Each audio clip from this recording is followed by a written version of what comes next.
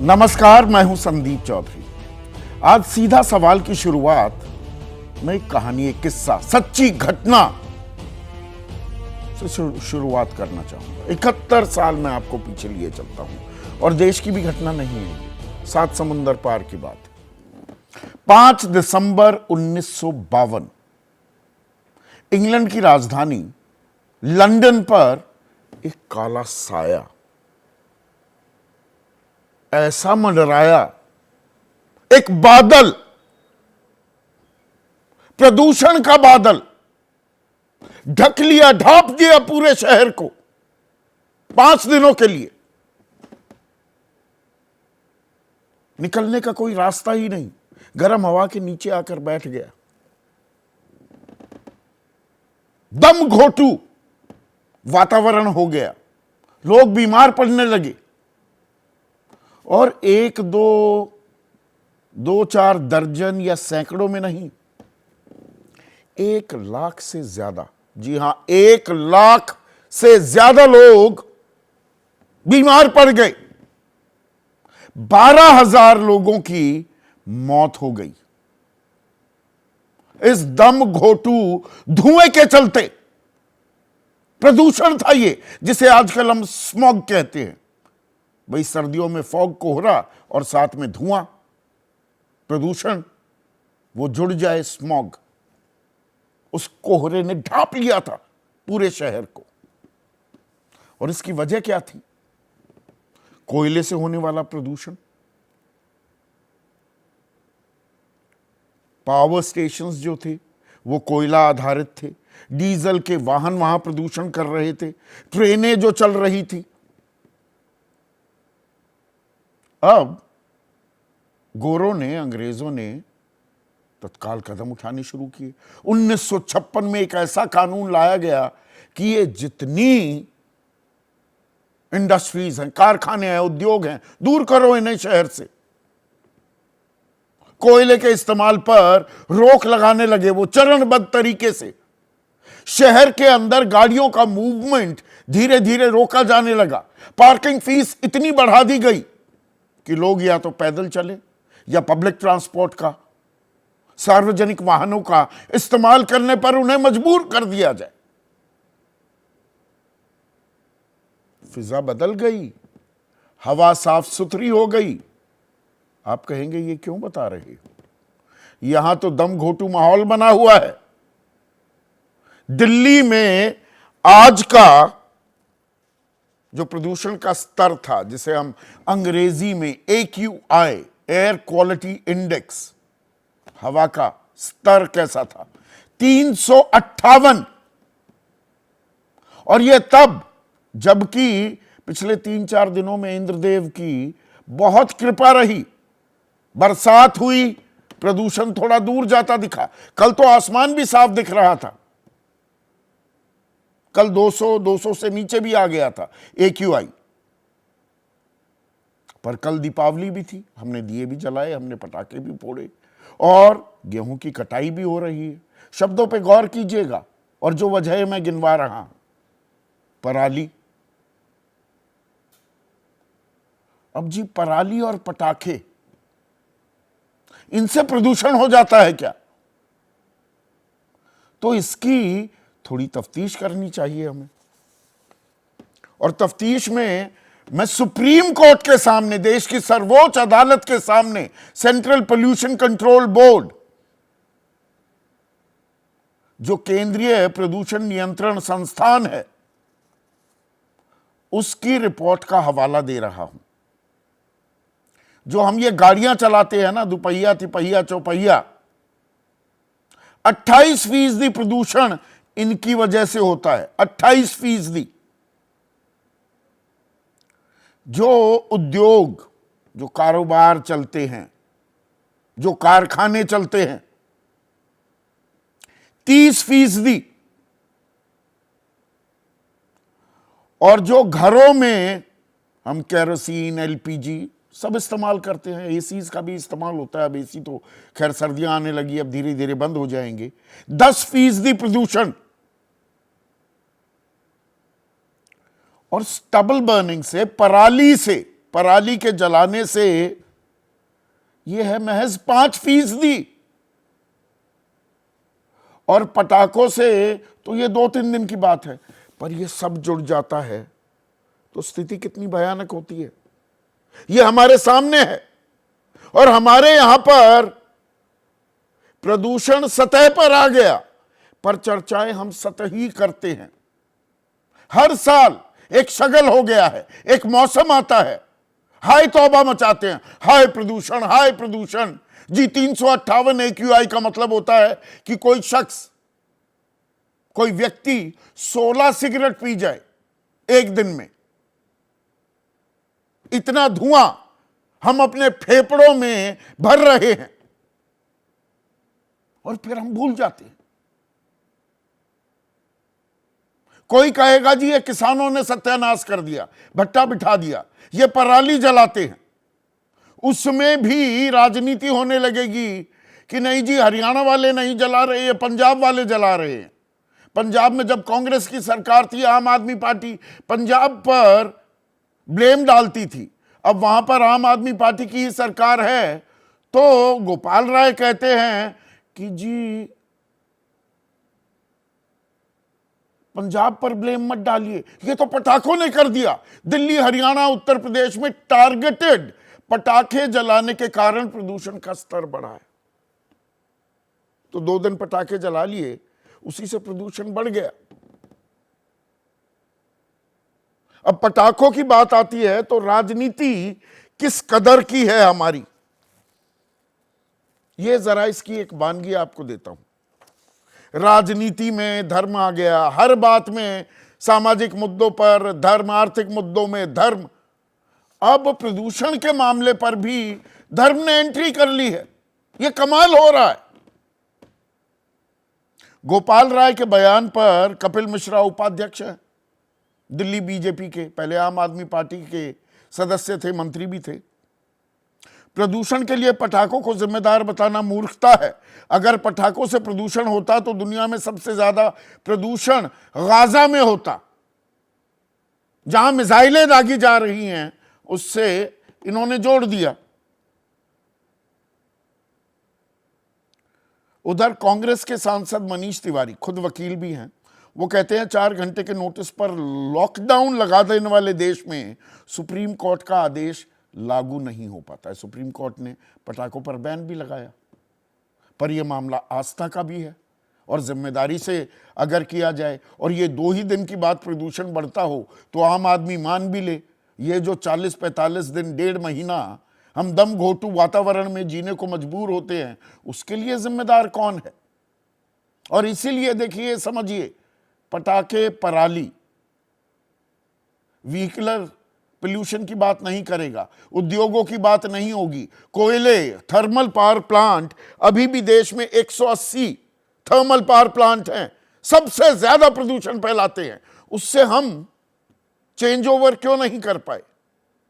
और जब मैं 358 ये आंकड़ा आपको बता रहा हूं, तो यहां कंपैरिजन की भी जरूरत हो जाती है। हम बात बात में कंपैरिजन करते हैं जी, भारत में कौन सी महंगाई, भारत में पेट्रोल के दाम कोई ज्यादा थोड़ा है, बाहर देखिए उनके दाम कितने हैं।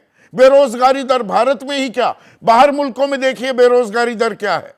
एलपीजी के दाम भारत में ही क्या, बाहर भी देखिए। वैसे बाद में पता लगा एलपीजी हम सबसे महंगा खरीद रहे हैं, पेट्रोल का भी कुछ ऐसा ही हाल है, 3रे नंबर पर, डीजल 8वें नंबर पर।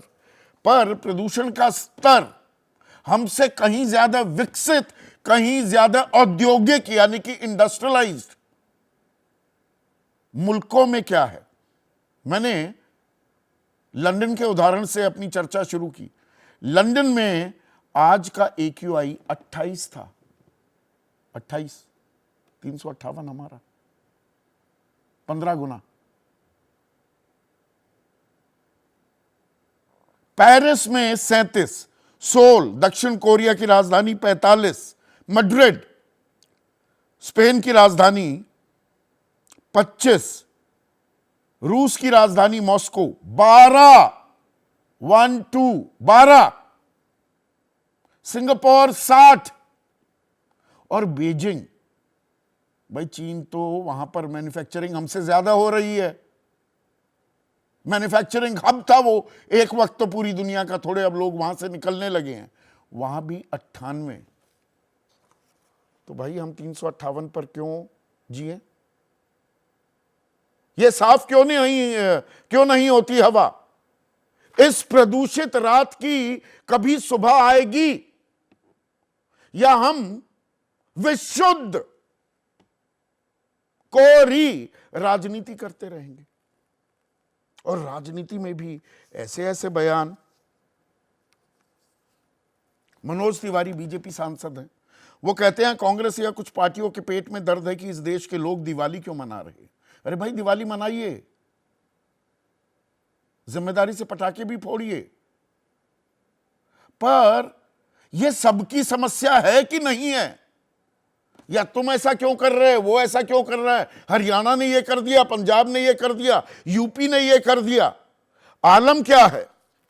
कुछ चौंकाने वाले आंकड़े आपके सामने और पेश कर दूं। दुनिया में जो टॉप 50 प्रदूषित शहर हैं, उनमें से थोड़ा अंदाजा लगाइए भारत में कितने होंगे? 39। दुनिया के सबसे ज्यादा प्रदूषित 50 शहरों में 39 भारत के हैं, 78%। तीसरे नंबर पर भिवाड़ी है, चौथे पर दिल्ली, छठे पर दरभंगा, 9वें पर नई दिल्ली। दिल्ली और नई दिल्ली अलग अलग करके रखा गया है। पटना 10वें नंबर पर, गाजियाबाद 11वें नंबर पर, धारूहेड़ा 12वें नंबर पर, छपरा 14वें नंबर पर, 15वें नंबर पर मुजफ्फरनगर, 17वें नंबर पर ग्रेटर नोएडा, 18वें नंबर पर बहादुरगढ़, 19वें नंबर पर फरीदाबाद, 20वें नंबर पर मुजफ्फरपुर।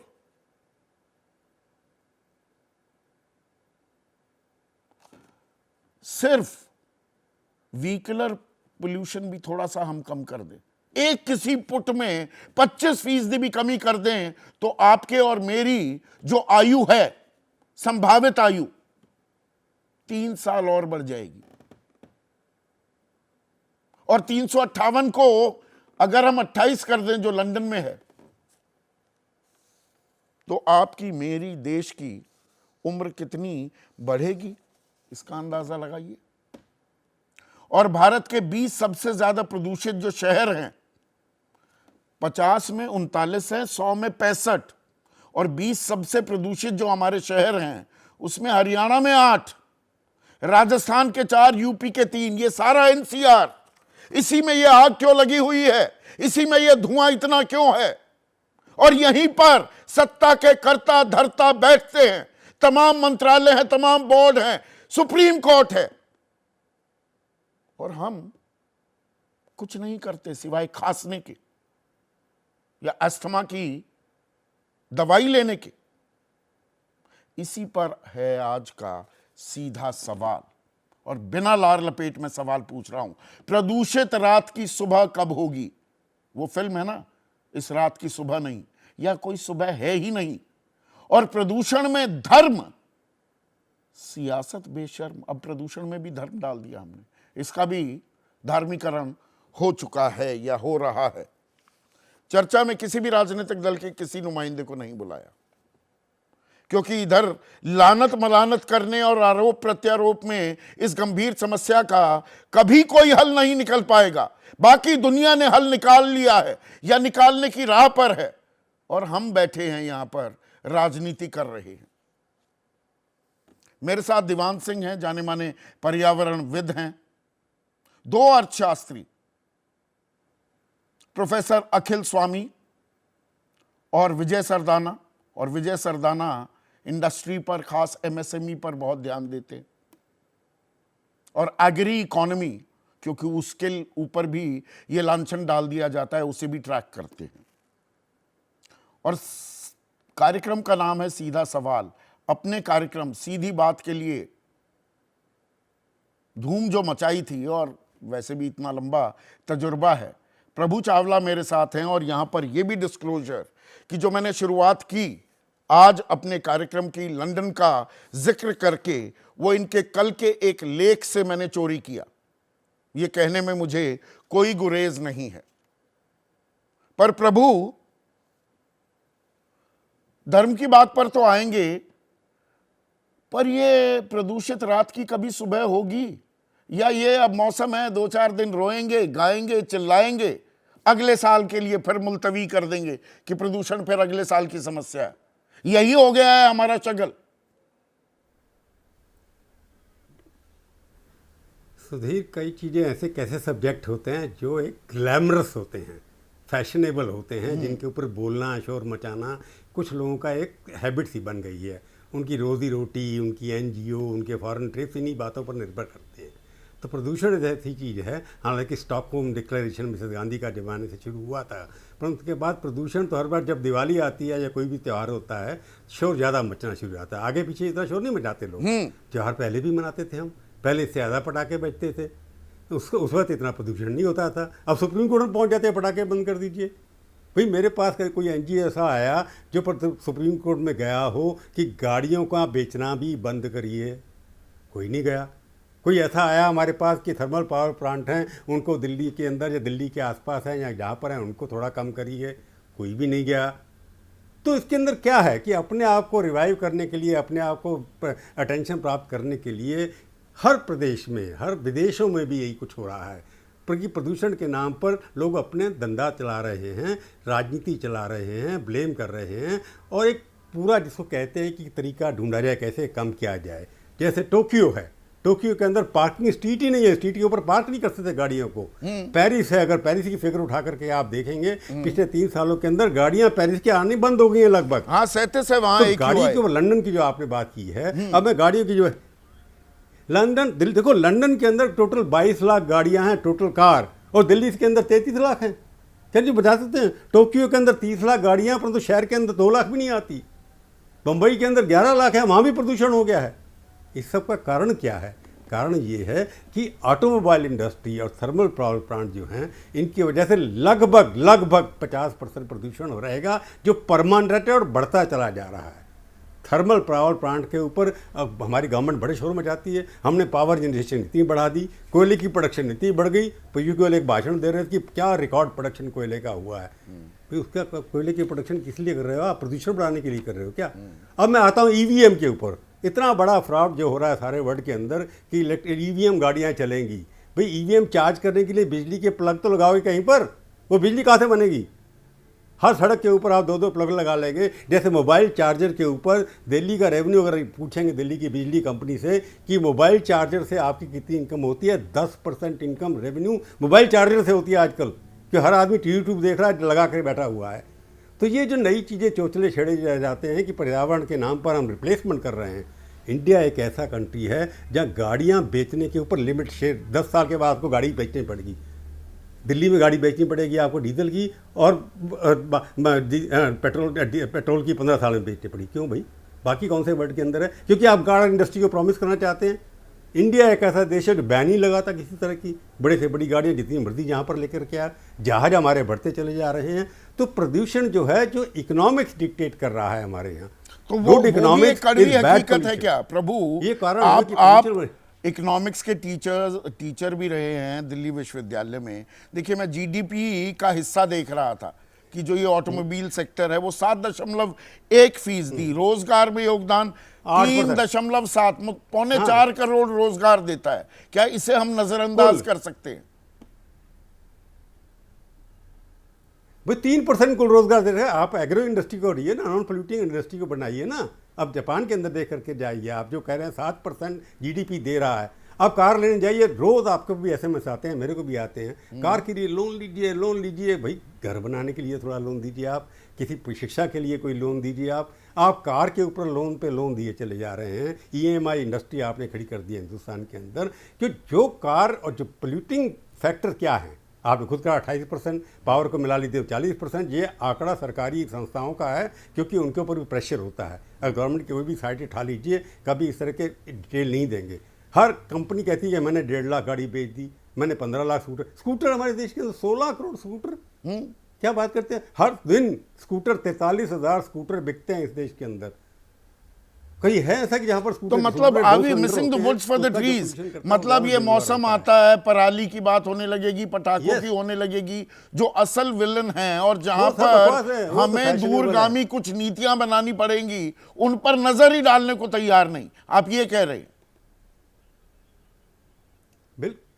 जी बिल्कुल ठीक बात है, क्योंकि परमानेंट क्या पोल्यूशन का 50% पोल्यूशन कहाँ से आ रहा है, उसको कम करने की बात की आपने, जो बढ़ता चला जाएगा। जैसे जैसे आपकी गाड़ियाँ बढ़ेंगी, आप कहेंगे हम ईवीएम से कटें, बैटरी ऑपरेटर करें, और बैटरी फेंकने के लिए भी पोल्यूशन होगा। बैटरी कहाँ फेंकोगे? इलेक्ट्रॉनिक वेस्ट कहाँ फेंकोगे आप? उसका कोई सोल्यूशन है हिंदुस्तान के अंदर? कोई भी नहीं है। एकदम फैशनेबल, मैंने कहा ना, ग्लैमर हो गया है। हमारे इंडस्ट्री के ऊपर मल्टीनेशनल ने कब्जा कर रखा है, हमारे कम्युनिकेशन साधन के ऊपर कब्जा कर रखा है, हमारे इंटेलेक्चुअल के ऊपर कब्जा कर रखा है, जो इस तरफ इशू को लेके जाना नहीं चाहते कि हिंदुस्तान की और जहां पाबंदी भी लगती है प्रभु, वहां पर डंप हो रहा है विदेशों के अंदर। हाँ, और जहां पाबंदी भी लगती है, सुप्रीम कोर्ट पटाखों पर पाबंदी लगाता है, तो धर्म की एंट्री हो जाती है, उसमें भी सियासत आ जाती है कि कौन हिंदुओं के साथ है, कौन हिंदू विरोधी है। अगर आप ये कह दे भाई पटाखों पर रोक लगनी चाहिए, तो आप हिंदू विरोधी हो जाएंगे, उसी टाइम वायरल होने लगेंगे। सुधीर, प्रॉब्लम यह है कि अगर पेरिस के अंदर गाड़ियां कम हो सकती हैं, न्यूयॉर्क में हमारे से कम गाड़ियां हैं, बाकी जहां से शिक्षा लेकर के आके शोर में जाते हैं यहाँ पर लोग, वहाँ पर गाड़ियां कम हैं, वहाँ पर थर्मल पावर प्लांट कम हो जाती है, यहाँ पर उस बारे में बात क्यों नहीं होती? क्यों उनकी मार्केट को आप यहाँ लेकर आना चाहते हैं? जो चीज़ें वहाँ पर बन रही हैं उनको यहाँ बेचना चाहते हैं। ये जो एक लॉबी, जो इंटरनेशनल लॉबी है, जो कह रहे वो तो हो गए ना विकसित, वो हमारे यहाँ डंप कर रहे हैं। भाई मैन्युफैक्चरिंग करनी होगी तो प्रदूषण हमें झेलना पड़ेगा। हाँ? ये अपने आप में एक कैच 22 भी है क्या प्रभु? और बैन हमारे ऊपर लगाते हैं। आप यूनाइटेड नेशन जहाँ भी डिस्कशन होती है, कहते हैं हमारे यहाँ पोल्यूशन कम करिए, आप हमारे ऊपर ग्रीन फ्री हाउसेज जो कम करिए, उसके ऊपर आपको पॉइंट्स मिलेंगे। पैसे देने के लिए तैयार नहीं है, अपना माल जहाँ बेचने के तैयार हैं। जितना पोल्यूशन अमेरिका वगैरह में प्रोड्यूस होता था पर कैपिटा, उसको कम नहीं क्यों नहीं करते? आप अपने पावर प्लांट बंद क्यों नहीं करते? अपने यहाँ गाड़ियाँ मैन्युफैक्चर क्यों नहीं कम करते? बोइंग के अंदर जितने जहाज बनते हैं वो क्यों नहीं कम करते? और जितने जहाज आजकल देख रहे हैं आप, यूक्रेन में हैं चाहे गाजा में हैं, ये क्या पोल्यूशन छोड़ो, ठीक कह रहे हैं, जो बात कह रहे हैं, ये बन रहे हैं, ये पोल्यूशन के लिए बन रहे हैं। पोल्यूशन एमिटिंग इंडस्ट्री जो है इतनी बड़ी है, कितनी बड़ी है आपको पता है? गाड़ियों का जो टर्नओवर है ऑटोमोबाइल इंडस्ट्री की 1.8 ट्रिलियन डॉलर, इंडिया की 2.8 ट्रिलियन डॉलर, जो इंडिया की जीडीपी के बराबर है। इतनी गाड़ियों का धंधा होता है, और जहाज का भी उतना ही धंधा होता है। तो आप मिला करके देखिए कि इससे कितना पॉल्यूशन बह रहा है। उसके ऊपर बात करने के कोई भी उसके ऊपर हम क्या असल मुद्दों पर बात नहीं कर रहे। एक मिनट शहर के अंदर, एक मिनट अब दीवान सिंह से पूछते हैं। आप लगातार लड़ते रहे हैं, और दिल्ली एनसीआर में तो लंबी लड़ाई केंद्र सरकार, दिल्ली सरकार, डीडीए, सबसे आपने लड़ी है। हम असल मुद्दे जो जड़ है प्रदूषण की, क्या उस पर कोई प्रहार कर भी रहे हैं, या जुबानी जमा खर्च ज्यादा हो रहा है? देखिए संदीप जी, अभी बिल्कुल जबानी खर्च बहुत ज़्यादा हो रहा है। वैसे प्रभु जी ने बड़ी होलिस्टिक समग्रता से बातें रखी हैं, और उसमें उन्होंने साफ कह दिया इकोनॉमिक्स ड्रिवन पॉल्यूशन है ये। तो जितना भी, जैसे मैंने पहले भी कहा है कि दिल्ली के अंदर कारें, चारों बाकी जितने भी मेट्रो, उन सबको मिलाकर उनसे ज़्यादा कारें अकेले दिल्ली के अंदर है, व्हीकल्स जो रजिस्टर्ड हैं। अब आप इसी बात से अंदाज़ा लगाइए, अगर इतने व्हीकल दिल्ली के अंदर है तो पोल्यूशन फिर क्यों नहीं होगा? तो इस पर कोई कदम नहीं उठ रहा है, क्योंकि इकोनॉमिक्स, क्योंकि ऑटोमोबाइल इंडस्ट्री को बढ़ावा देना है। तो देखिए, इसके एक पर्यावरण होने के नाते मैं एक समग्रता से पूरी चीज़ का विश्लेषण करता हूँ। तो एक तो बात आ गई पोल्यूशन जनरेशन की, पोल्यूशन की पैदावार कैसे हो रही है। तो वो जैसे आपने भी आंकड़े दिखाए हैं, इंडस्ट्री है दिल्ली के अंदर ऑटोमोबाइल है, डस्ट है, ये सारा कुछ है, पर मुख्य है ऑटोमोबाइल और व्हीकल्स और ये इंडस्ट्री। अब दूसरी, अगर आप एक तरफ कोशिश करते हैं व्हीकल्स को कम करने की, बिल्कुल वो कोशिश अभी तक हुई नहीं है। ना दिल्ली सरकार ने की है कोशिश, ना केंद्र सरकार ने कोशिश की, किसी ने नहीं की है ये कोशिश, जबकि साफ साफ दिखता है कि व्हीकल बहुत ज़्यादा है दिल्ली के अंदर, और वो बढ़ते जाते हैं, क्योंकि जैसे शहर का अर्बन स्प्रॉल होता है तो व्हीकल बढ़ जाते हैं, क्योंकि पब्लिक ट्रांसपोर्ट फिजिबल नहीं रहती है। ये बीजिंग में भी ऐसा हुआ था, उन्होंने अपने रिंग रोड बंद किए थे कि भाई लोग प्राइवेट व्हीकल बहुत ज़्यादा यूज़ करने लगे थे। तो ये समझिए कि बहुत कारण है दूरगामी, जो ये सरकार और जो ये इंडस्ट्रीज कोशिश नहीं हम कारखानों के प्रदूषण को कैसे नजरअंदाज कर दें? जी, प्रदूषण, दिल्ली को एक इंडस्ट्रियल कैपिटल बना रखा है। अगर आप अनऑथराइज कॉलोनीज में जाइए, दिल्ली के गाँव में जाइए, इतनी इतनी अनऑथराइज और अनकन्फर्म्ड एरियाज में इंडस्ट्रीज चल रही हैं। अच्छा, इनको हटाने की बात करते हैं तो इनको हटा देते हैं, दिल्ली से निकालो। दिल्ली से निकल के कहाँ जाएंगी? एनसीआर में जाएंगी। तो आपने एनसीआर में क्यों इनको अकोमोडेट कर रहे हैं? तो इसीलिए ये बिल्कुल समग्रता है ना कि मेरे बॉर्डर से, पॉलिटिकली मेरे बॉर्डर से बाहर निकल जाए। अब नहीं, इसीलिए मैंने एक मिनट दीवान सिंह, एक सेकंड के लिए आपको रोकूंगा, एक सेकंड के लिए। इसीलिए मैंने ये 50 सबसे प्रदूषित शहर पूरी दुनिया में, 39 भारत में, उसमें सबसे ऊपर भिवाड़ी है। वो जो एनसीआर में डाल दो, दिल्ली से निकाल दो तो भिवाड़ी बन गया जी। दरभंगा 6ठे नंबर पर है, अशोकपुर 7वें नंबर पर है, पटना 10वें नंबर पर है, गाजियाबाद 11वें नंबर पर, धारूहेड़ा 12वें नंबर पर, छपरा 14वें नंबर पर, 17वें नंबर पर ग्रेटर नोएडा, 18वें पर बहादुरगढ़, 19वें पर फरीदाबाद। ये सारा एनसीआर ही तो है। बाकी बिहार के मैंने कुछ शहरों के नाम लिए। तो ये इसीलिए है क्योंकि दिल्ली को केंद्र बना रखा है पूरी विकास का, और इस विकास को सही मायने में समझें तो ये विनाश कर रहे हैं पूरे इलाके का। अब ये क्या कारण है? इनसे कई बार बातचीत होती है, इनको हम अलग अलग पैरामीटर पर बात रखते हैं, पानी के पक्ष में रखते हैं कि पानी कहाँ इतना, जो दिल्ली को आप इतना बढ़ा रहे हो। पर पानी से बढ़कर अब हवा की बात आ गई है। अब आपके पास इतनी हवाएं कहाँ हैं दिल्ली का प्रदूषण साफ कर देंगी? आपने दिल्ली इतनी बढ़ा दी है, 70-80 किलोमीटर बाकी लंबा लोग कर सकते हैं, हम क्यों नहीं कर अर्बन सकते? स्प्रॉल हो गया है। नहीं नहीं, एक तरफ दीवान सिंह मुझे ये बताइए, लंदन कर सकता है, बिल्कुल। पेरिस कर सकता है, टोक्यो कर सकता है, बीजिंग ने कर दिया, हम क्यों नहीं कर पा रहे? उन्होंने विल पावर दिखाई, इन्होंने नहीं दिखाई है। इनके लिए एक फेस्टिवल की तरह साल में एक बार आता है, अपना खूब बोलते हैं और निकल लेते हैं। गर्मियों में भूल जाते हैं, मानसून में भूल जाते हैं। मतलब 3 महीने इनको फेस करना पड़ता है, इसलिए नहीं करते हैं। अब विल पावर इनको बनानी पड़ेगी, जनता को इसको थोड़ा और ज़्यादा सीरियसली लेना पड़ेगा।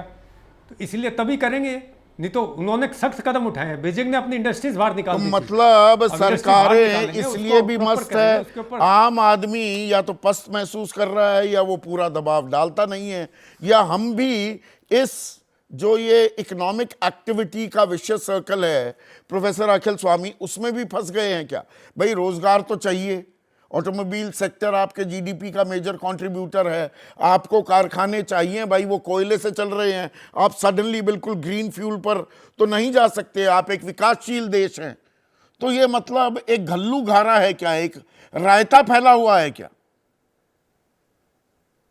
देखिए संदीप जी, वास्तविकता यह है, हम उन देशों से अपने को कंपेयर कर रहे हैं जिन देशों की पॉपुलेशन नहीं बढ़ रही है और वहां पे लोगों की आवश्यकताएं पूरी हो चुकी हैं, और हमारे देश में एकमात्र देश है जहां जनसंख्या भी बढ़ रही है और आवश्यकताएं भी पूरी नहीं हुई। तो हमारे देश में रोजगार की आवश्यकता है, इंडस्ट्रियलाइजेशन की आवश्यकता है, इसमें कोई इनकार नहीं है। हमारे देश की जो मुख्य समस्या है, जिसको अभी तक हमने डिस्कस नहीं किया, दिल्ली के आसपास प्रदूषण सबसे ज्यादा इसलिए है कि ये राजनीतिक राजधानी है, और सबसे ज्यादा प्रदूषण अगर पैदा कर रहे हैं यहाँ के राजनीतिज्ञ पैदा कर रहे हैं। देखिए, कोई ऐसा लोकतंत्र की कल्पना आप कर सकते हैं क्या जिसमें केंद्र सरकार और राज्य सरकार के बीच में ऐसे अंतर संबंध हो कि पिता पुत्र को गाली दे और पुत्र गाली पिता को गाली दे, पुत्र कहे कि पिता की गलती से है और पिता कहे कि पुत्र की गलती से है। ये ऐसा लोकतंत्र जहां पे ये माना जाता है कि ये जो केंद्र सरकार और राज्य सरकार है, इनके बीच में पिता पुत्र का संबंध है, यहाँ पे सबसे ज्यादा और जनता से अपेक्षा की जाती है।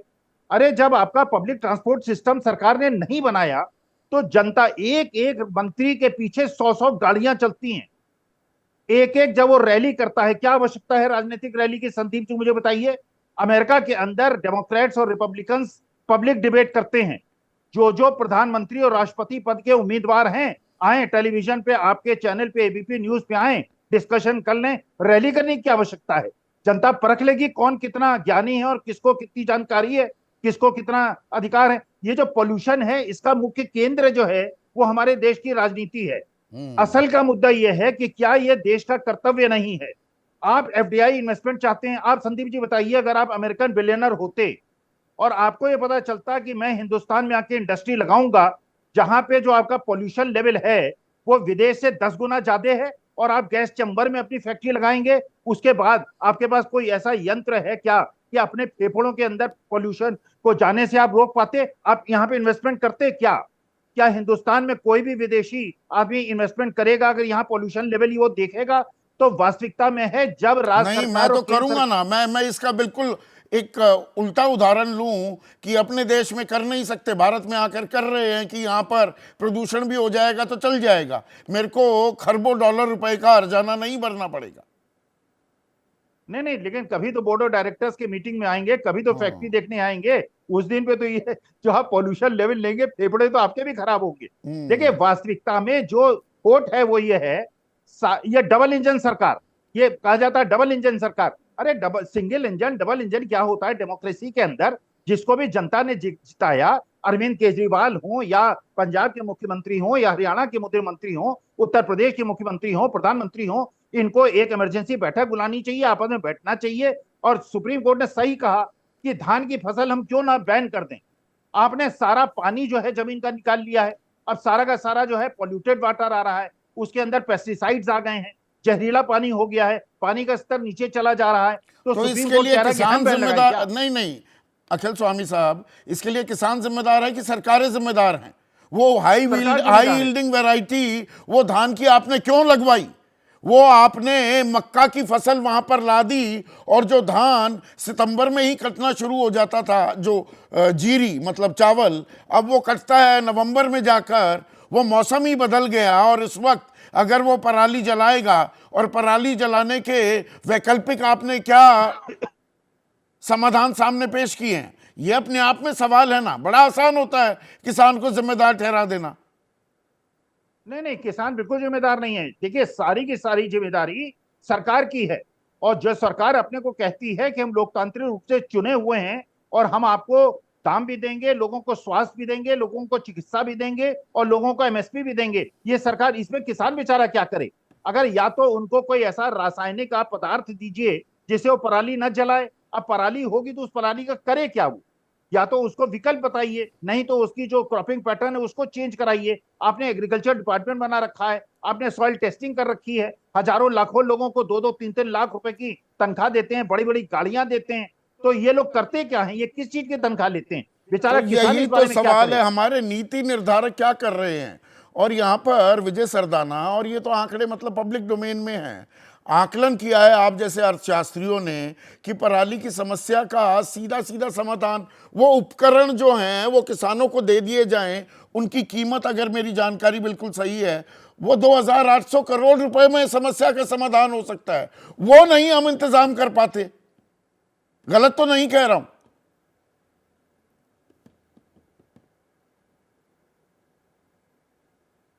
संदीप जी, सबसे पहले आपको और सभी पैनलिस्ट को मेरा नमस्कार। देखिए, जो प्रॉब्लम को हम लोग अगर जिस तरह से डिस्कस कर रहे हैं, अगर हम ऐसे करेंगे तो रास्ता कभी नहीं निकलेगा, और यही गलती सुप्रीम कोर्ट में भी हो रही है। अल्टीमेटली हम क्या करते हैं, हर आदमी अपना पक्ष रख रहा है। ऑटोमोबाइल वाला बोलता है नहीं मेरी गलती नहीं है, पराली की गलती। किसान बोलता है मेरी नहीं है, ऑटोमोबाइल की। ये फुटबॉल जब तक चलती रहेगी प्रॉब्लम सॉल्व नहीं होने वाली। समस्या इस बात की है कि चाहे वो कोर्ट हो या संसद हो या विधानसभा हो, जब पता है कि ये प्रॉब्लम है और इसमें 5 या 6 तरह के सोर्सेज हैं, फिर हम एक पे कार्रवाई क्यों करते हैं? हम 6 पे 6 क्यों नहीं कार्रवाई करते?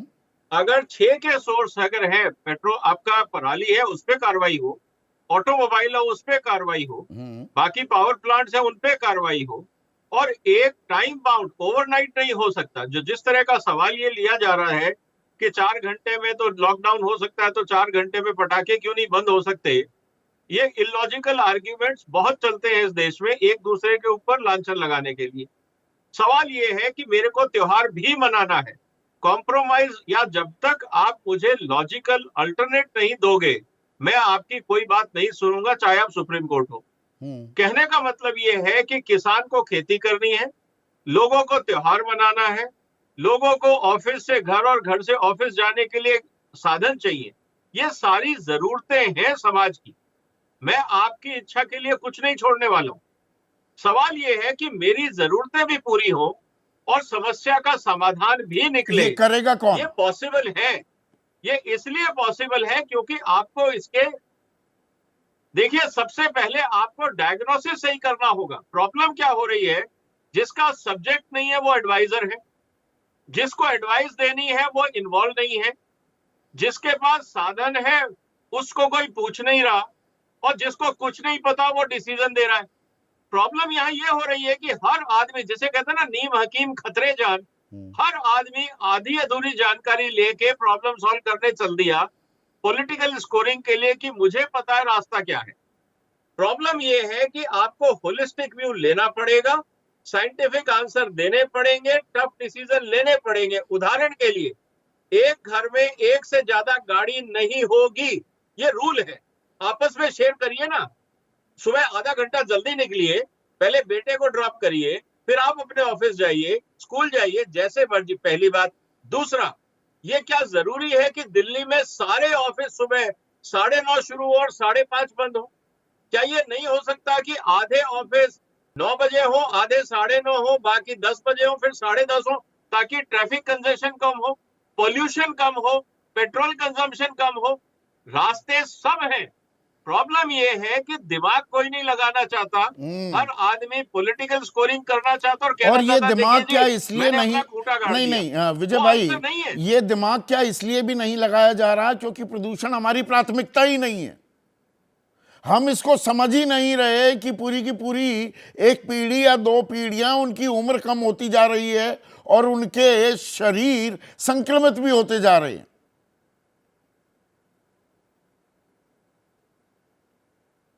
देखिए, बात बहुत सीधी सी है। आप कह रहे हो कि भाई बड़ी गाड़ियां पॉल्यूशन करती हैं, सारे जजेस को BMW सरकार देती है और आम आदमी को कहती है मारुति पे चलो। भाई आप लीड बाय एग्जांपल ना, सारी बड़ी गाड़ियां पॉलिटिशियंस और पॉलिसी मेकर्स और जजेस की हटा के एनर्जी एफिशिएंट गाड़ियां दिए ना, सबको ग्रीन व्हीकल दीजिए।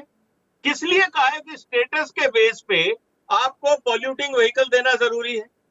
कहने का मतलब ये है कि रास्ते सब हैं, मेरे को नहीं करना है, आप सफाई करो। मैं पटाखे चलाऊं या नहीं चलाऊं, आप मत चलाओ, क्योंकि आपके लिए प्रॉब्लम ये, अगर पॉल्यूशन अगर हमारी प्राथमिकता होती तो हम इस पे 12 महीने चर्चा करते, सिर्फ दिवाली पे चर्चा नहीं करते। एग्जैक्टली। पॉलिटिकल स्कोरिंग हो रहा है। Pollution is not a priority. पानी का पॉल्यूशन, हवा का पॉल्यूशन, जमीन का pollution, noise pollution, radio wave pollution, सारे तरफ तो पॉल्यूशन ही है, लेकिन हमारी प्रायोरिटी नहीं है।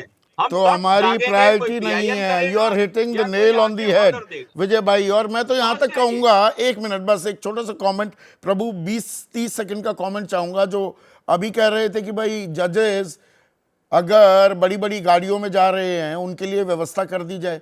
अरे भाई, सांसद हैं, उनके लिए फ्लैट्स बने हुए हैं, कईयों को कोठी भी मिलती है। फ्लैट्स वालों के साथ 40 सांसदों को एक बस में भर के संसद परिसर ले आइए। हम out of the box solution, practical solution की तरफ जा भी रहे हैं क्या?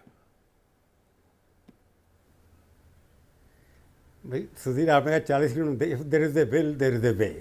यहाँ तो जब विल ही नहीं है तो वे कहाँ से निकालोगे आप? समस्या हमारे देश की ये है कि फैशनेबल है। मैंने शुरू से कहा कि पॉल्यूशन एक फैशनेबल सब्जेक्ट है, जनता के हित का सब्जेक्ट नहीं है। जब ये जनता के हित का सब्जेक्ट बन जाएगा तब इसके ऊपर सोल्यूशन ढूंढ लिया जाएगा। मैन्युफैक्चरिंग सेक्टर 30% कंट्रीब्यूशन जीडीपी का होता था, अब 15% पे आ गया, उसमें से 8% ऑटो का है। आप देखते हैं किस तरह से, देखिए ना प्लांट कितना है, जिस तरह से पोल्यूशन पहले जब नेहरू जी ने एस्टेब्लिश की थी बड़ी बड़ी इंडस्ट्री, वो सारे देश बड़े बड़े गाँव में की थी, शहर के नज़दीक कोई नहीं थी। जितने बड़े बड़े प्लांट देख लीजिए आप, जो 57 से पहले बने, सारे बहुत दूर दूर बने, जंगलों के अंदर बनाए गए थे। परंतु आप प्रायोरिटी क्या करते हैं? हर आदमी कहता है गुड़गांव में बना दीजिए, फरीदाबाद में बना दीजिए, नोएडा में बना दीजिए, south of Bombay, south of Chennai, south of Delhi, सारा का सारा पोल्यूटेड हुए जा रहा है। तो there is no will. Pollution where there is a will there is a way. अगर चाह है तो वहां पर राह भी होगी। प्रभु, आपका दीवान सिंह राह है जी, विजय सरदाना और अखिल स्वामी, आप सभी का बहुत बहुत शुक्रिया। पर जनता जनार्दन, जिम्मेदारी आपकी भी है कहीं ना कहीं। अगर व्यवस्था वो जिम्मेदारी लेने को तैयार नहीं, क्या आप उस पर दबाव बनाने के लिए तैयार हैं? अपने लिए, अपने बच्चों के लिए, आने वाली पीढ़ियों के लिए आपके सुझाव क्या हैं? तो प्रदूषित रात कभी एक खुशनुमा सुबह में भी तब्दील होगी, जहां हम आराम से खुलकर सांस ले सकें। आप में से बहुतेरों की राय आई है हमारे पास। देवेंद्र प्रताप सिंह है जौनपुर यूपी से, कहते हैं केंद्र और दिल्ली सरकार एक दूसरे के खिलाफ राजनीति कर रहे हैं, कंपेटिटिव पॉलिटिक्स हो रही है। जबकि राहुल सिंह दरभंगा से हैं, बिहार वासी हैं, हर बार नवंबर में प्रदूषण पर चर्चा होती है और फिर सब चुप। तो ये प्राथमिकता कब बनाएगी व्यवस्था? और दर्शकों, आपके लिए भी, आप जनता जनार्दन हैं, आप दबाव नहीं बनाएंगे, व्यवस्था जागेगी भी नहीं, तो रात की सुबह नहीं होगी। दबाव बनाइए। नमस्कार।